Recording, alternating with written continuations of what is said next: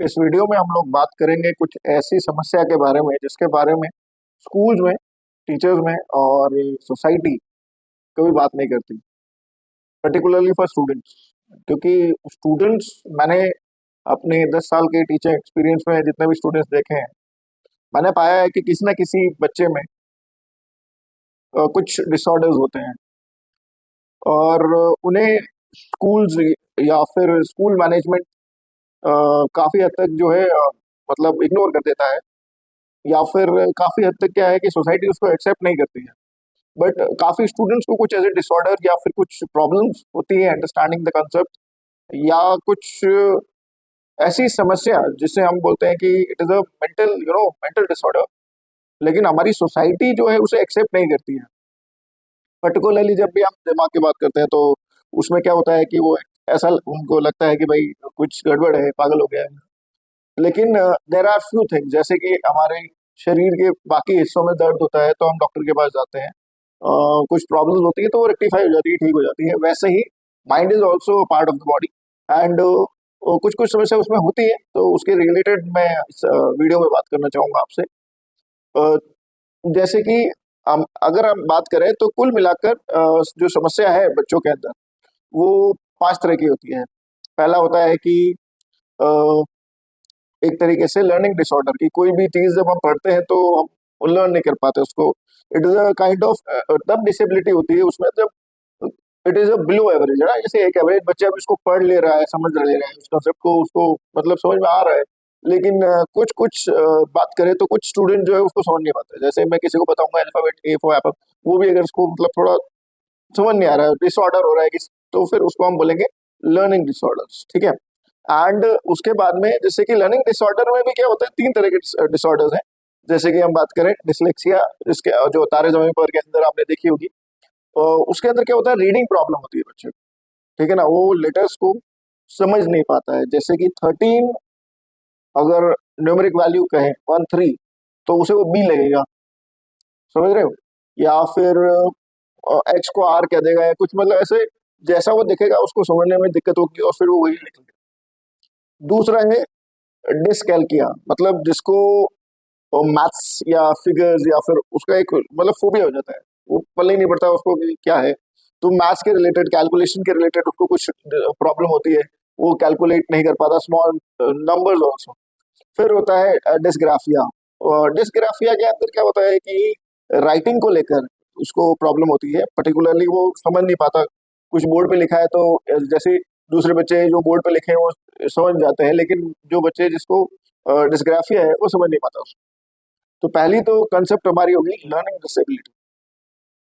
उसके बाद में जो दूसरा कंसेप्ट आ रहा है, जैसे कि बात करते हैं तो दूसरे कंसेप्ट में क्या होता है, उसको हम बोलते हैं एडीएचडी। एडीएचडी के अंदर क्या होता है, अटेंशन डेफिशिएंट हाइपर डिसऑर्डर। अब जैसे कि मैंने कहा, तो एक तरीके से क्या होता है कि बच्चा थोड़ा इम्पल्सिव होता है, वो उतना फोकस नहीं कर पाता बोर्ड के ऊपर, किसी बात पे या स्मॉल स्मॉल चीजों पे भी। जैसे कि अगर जैसे स्पोर्ट्स में भी अगर हम देखें तो स्पोर्ट्स में भी वो फोकस नहीं कर पाता। इजी इजी स्पोर्ट्स में भी कोई कंसेप्ट इजीली समझाया गया तो उस पर भी फोकस नहीं कर पाएगा।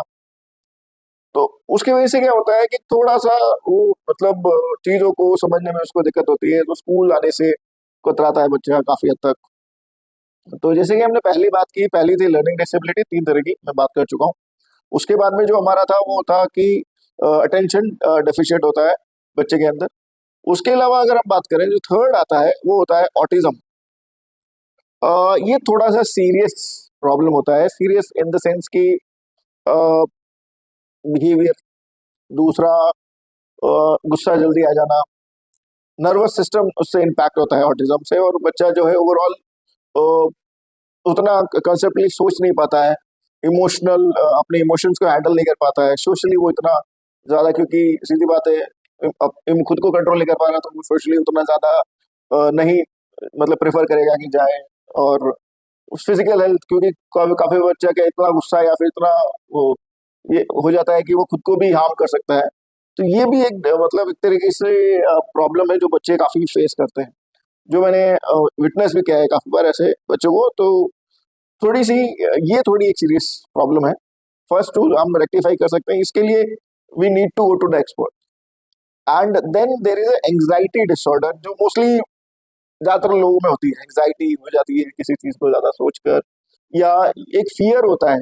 एंग्जाइटी डिसऑर्डर के अंदर क्या होता है, हमेशा they are always in worry, है ना, एंग्जाइटी फियर, छोटी छोटी चीजों में भी, ठीक है ना, जैसे कि आपको पढ़ना है तो मैंने गलत पढ़ लिया तो, या फिर कुछ जैसे कि, है ना, कुछ गलत हो गया तो एक्सेसिव फियर होता है जिसके अंदर एंग्जाइटी होती है। और एंग्जाइटी के ऊपर हम लोग जो है उसको कॉन्कर कर सकते हैं विद लॉट ऑफ प्रैक्टिस। बच्चा अगर प्रैक्टिस करता रहे कंसेप्ट को रिपीटेड, अगर कुछ चीज करें तो वो उसको इजीली शॉर्ट आउट कर सकता है। उसके बाद में जो कंसेप्ट है अ, वो थोड़ा सीरियस है, जिसे हम बोलेंगे बाइपोलर डिसऑर्डर। एक तरीके से डिप्रेशन होता है, और ये वर्ड आपने बहुत बार सुना हो। काफी लोग इसको डिस्प्रेशन भी बोलते हैं कि सर हम डिस्प्रेशन में है, लेकिन नहीं, डिप्रेशन के अंदर, ये बाइपोलर के अंदर क्या होता है, दो पोल्स होते हैं हमारे इमोशंस के, ठीक है ना, this is positive, this is negative.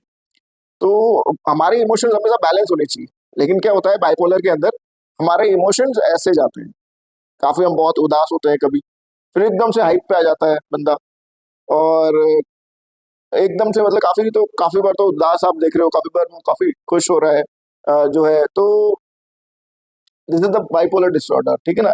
जब भी ऐसी चीजें हो, ये कोई ऐसी नहीं है कि इसको क्योर नहीं किया जा सकता, काफी लोगों को होता है। और ऐसी सिचुएशन में क्या होता है, जैसे कि आप कभी डिप्रेशन में है तो just do multiple things, go to, मतलब ज्वाइन स्पोर्ट्स, अपने दिमाग को डाइवर्ट करो थॉट से जिसके वजह से डिप्रेशन वगैरह हुआ है। और डिप्रेशन वगैरह कोई बड़ी चीज नहीं है। हाँ, मतलब ऐसा है, अगर आप सोचते रहोगे और क्यूरेबल नहीं होगा, डिस्कस करो प्रॉब्लम को पेरेंट्स से, सबसे पहली जरूरी चीज। उसके बाद में जो एक्सपर्ट हो उससे, और क्यूरेबल चीजें होती है, आप कर सकते हैं इसको, है ना, ऐसा कुछ नहीं है। Then we are having schizophrenia, ये थोड़ा आउट ऑफ कंट्रोल है। अम, इसके अंदर क्या होता है कि एक तरीके से थॉट जो होता है, जो बच्चे की जो सोच है वो थोड़ी एकदम से अलग ही हो जाती है, बच्चा दिख जाता है आपको कि थोड़ा सिजोफ्रेनिक हो गया है, क्योंकि वो अलग ही बिहेव करेगा। जो बच्चा बिल्कुल चुप था वो एकदम बड़ी बड़ी बातें करेगा, मतलब, और बहुत बात करेगा। जो हमेशा, मतलब एक रिवर्स, एक तरीके से बिहेवियर हो जाता है बच्चे। जो पहले बहुत दोस्ताना था वो एकदम से सटीक हो जाएगा, बातें नहीं करेगा फालतू, मतलब चीजें बोलना स्टार्ट करेगा, जो पहले बहुत समझदारी वाली बातें करता था। और आप उसको देखकर जो है जज कर पाओगे कि हाँ यार, कुछ तो मिस्टेक है इसके साथ, है ना, कुछ तो ऐसा हुआ है। तो अब हमें क्या करना चाहिए, देखो ये सारी चीजें जो है हमारी लाइफ में क्यों होती है, जो whenever we face any kind of rejection, loneliness, this is a kind of trauma, और कुछ हमने गलत कर दिया, गिल्ट, ठीक है, तो उस चक्कर में क्या होता है, या फिर लोगों ने हमें परेशान कर दिया, रूडिंग वगैरह, तो उस चक्कर में क्या होता है कि ये थोड़े इमोशनल इश्यूज हो जाते हैं, जो हम सोच सोच के, खासकर बच्चे जब वो बड़े हो रहे होते हैं, and there there is no particular guidance. तो उस कंडीशन में, जैसे मैं बताना चाहूँ तो, the most easiest way if you are facing the problem is to communicate with teachers, communicate with parents, communicate with whosoever is, there will be a solution. Now what are the warning signs, किसी देखो, अगर कोई problem है, कोई disorder है, तो उसका solution हमें कैसे मिलेगा। सॉल्यूशन के लिए सबसे पहली चीज, एक तो मूड चेंज हो जाते हैं, ऐसे लोगों के काफी मूड चेंज हो जाते हैं। दूसरा, काफी इंटेंस फीलिंग, काफी दिनों तक वही फील करना कि भाई मैंने गलत कर दिया, या फिर समझ रहे हो ना कि वही लेके बैठ जाना, या फिर एकदम से बिहेवियर चेंज हो जाना बच्चे का, जैसे मैंने अभी जस्ट कहा, जो पहले चुप रहता था वो एकदम से बातें कर रहा है, बड़ी बड़ी बातें कर रहा है। एकदम से वेट गेन हो जाना, वेट लॉस हो जाना, ये भी है। फिर काफी बच्चे क्या होते हैं, फिजिकल हार्म करते हैं, खुद ही को मतलब नुकसान पहुंचा रहे हैं। तो कुछ ऐसी चीजें हैं, जो साइंस है, जो आपको भी अपने आसपास देखने हैं, अगर किसी भी स्टूडेंट्स को आप, या फिर किसी भी आपके रिलेटिव्स में, आप कोई भी हो। क्योंकि मैं इसलिए बोल रहा हूँ कि इस टॉपिक में कोई बात करता ही नहीं है, particularly for the students. Okay, now देखो, सबसे पहली चीज, अगर कोई आपको ऐसा मिल जा रहा है, या फिर मिल जाता है मान लो, तो the best thing is listen to them. क्योंकि वो अगर बहुत ऑलरेडी प्रॉब्लम है, वो बंदा आके आपसे बात कर रहा है, तो listen to them, give them support, ठीक है ना। मजाक नहीं उड़ाना है, जज नहीं करना है। ज्यादा इंटेंस हो गया तो go to the professional help, like psychiatrist, psychologist, even in the counsellor, if you are having counsellor in the school, then that is better. Okay, so ये सारा टॉपिक था। समझाने के लिए। बाकी बस हँसते रहिए, खुश रहिए, मज़े में रहिए। धन्यवाद।